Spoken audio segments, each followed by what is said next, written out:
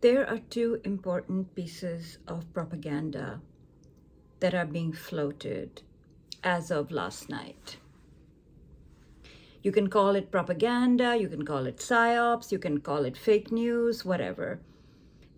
But both pieces of news are meant to vitiate the environment and somehow weaken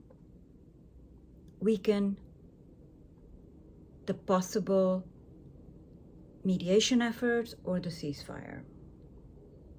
One is that it's all Pakistan's fault. Pakistan has utterly failed, and the US is pissed off, and the Iranians don't trust the Pakistanis because they feel the Pakistanis are helping the US. And so it's been an utter failure on Pakistan's part, and the mediators are going to be changed, and it's all going to go to Geneva. But then Trump said that he spoke to Asim Munir and then announced another ceasefire extension and thanked the Field Marshal and the Prime Minister of Pakistan and the usual, love fest. Iranians are not going to Geneva. They probably trust the Europeans less than Trump does. They're not going to Geneva. You have to wonder where this is coming from. Wali Nasser says something interesting to the FT today. I think he was interviewed for an article called "The Military Man Trying to Save US-Iran Peace Talks." He writes, "I told the FT on General Munir and Pakistan's delicate mediating role. In Tehran, they would have given Munir a difficult time and questioned why he was pushing so hard for mediation.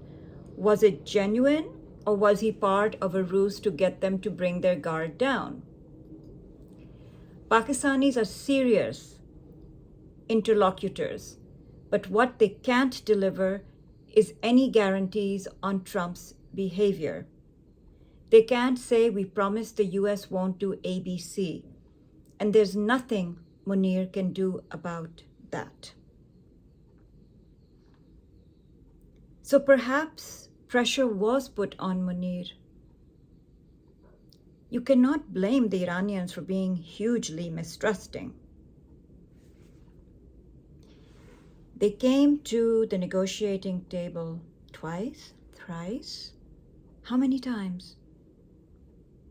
The 2015 agreement that took 18 months to negotiate with Obama and the Europeans and China and Russia was torn up as a first act of Trump. They came to the table again, twice. They were attacked last June by Israel and the United States. They came to the table again, despite being attacked. They were bombed again and have been in a state of war since February 28th. So they don't trust anybody fully. But they know that if they're safe anywhere, leaving Iran right now, it's in Pakistan. And they do know that the Pakistanis are working night and day to get a resolution to this. They also know that Pakistan has the second largest population of Shias outside of Iran. They also know Pakistan has a tremendous amount to lose if this doesn't work out. Maybe the most vulnerable country given its location and given its financial dependence. But they also know that Pakistan is the only country that can talk to everybody. And right now, everybody takes their call. So there is that. But there is this huge garbage being floated right now that it's all Pakistan's fault. The second piece of propaganda being floated is that Iran's leadership is fractured. Trump's calling it warring parties. So the stenographers and Axios are loyally writing that. Trump says until the warring parties don't unify, we will not come to the table, and the blockade will stay in place. There are no warring parties. There is absolute unity. And what they are unified on is lifting the blockade. There were negotiations proceeding and a willingness to go back to Islamabad until the blockade was put on. It's the blockade, stupid. There is no fracture. They are absolutely unified in saying lift the blockade.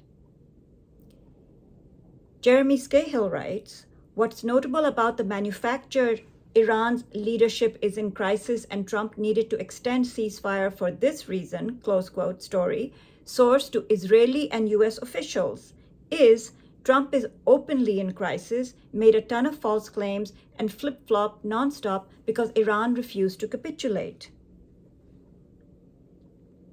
Ali Vyas writes, the Iranians measure the timeline in months for themselves and in weeks for the Trump administration and the global economy. They think Trump can't tolerate the strait remaining closed for another few weeks. But they can go for months. Trita Parsi writes, the idea that Trump's blockade is needed to get Iran to the table is bizarre. The blockade pushed Iran away from the table. Trump gambles that the blockade is a silver bullet that will force Iran to surrender. We have been here before.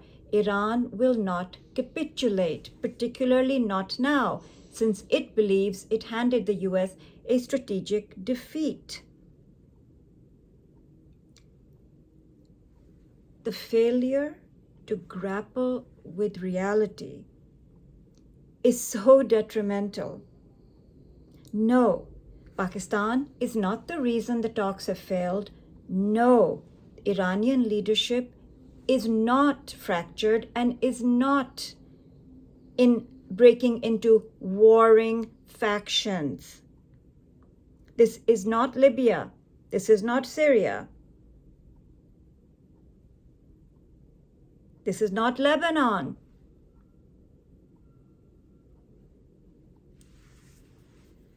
We don't know who is pushing all of this, but it's certainly not working.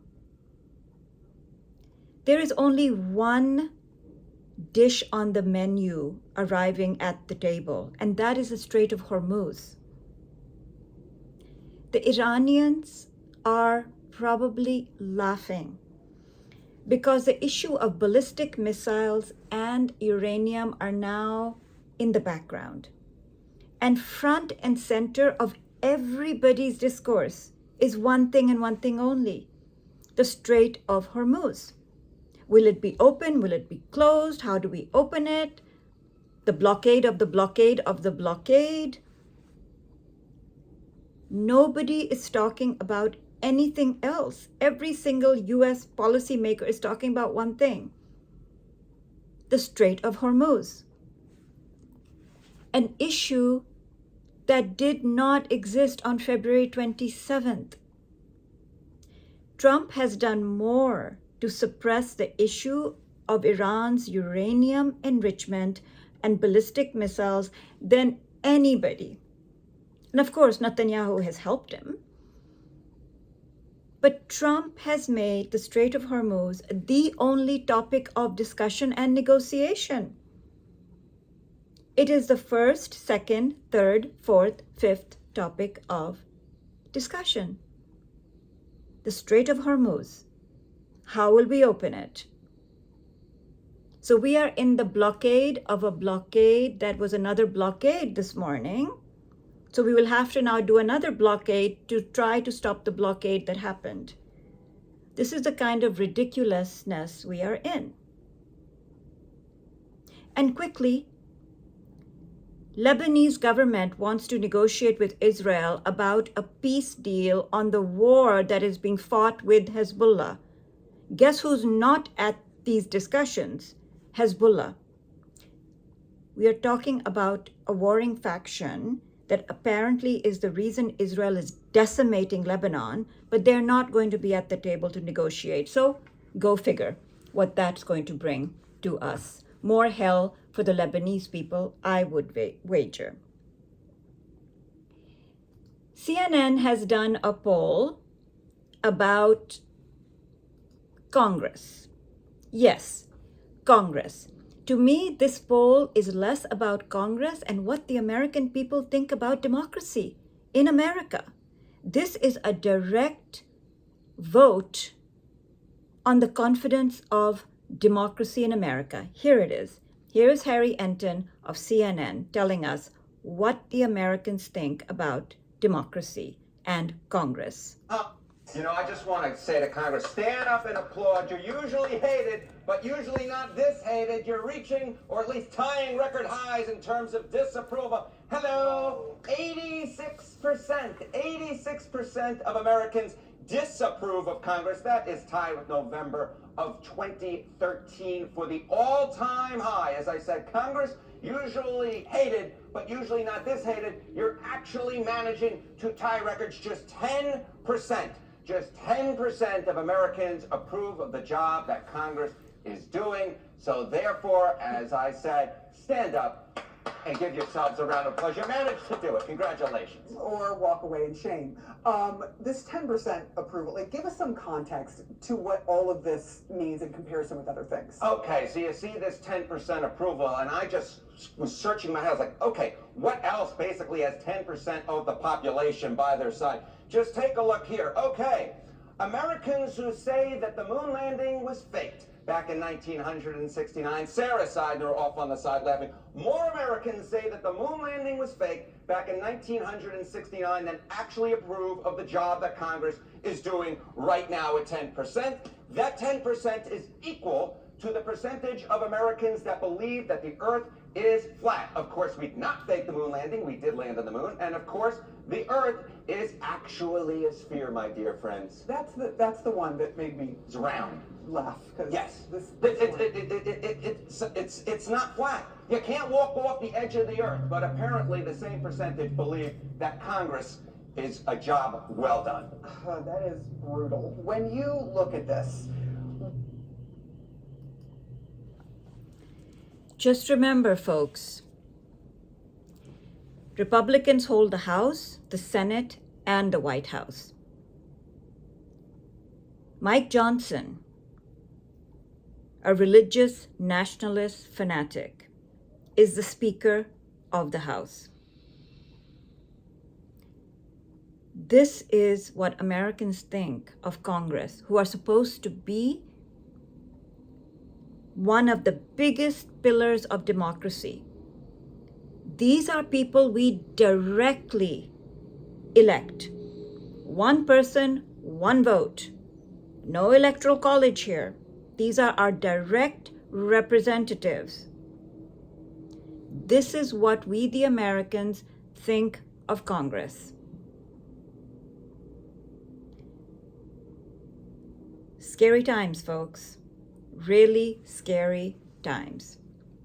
Let us hope that this approval rating means a sea change in the leadership, sea change in the leadership of the Democratic Party, and a sea change in the way America comports itself around the world.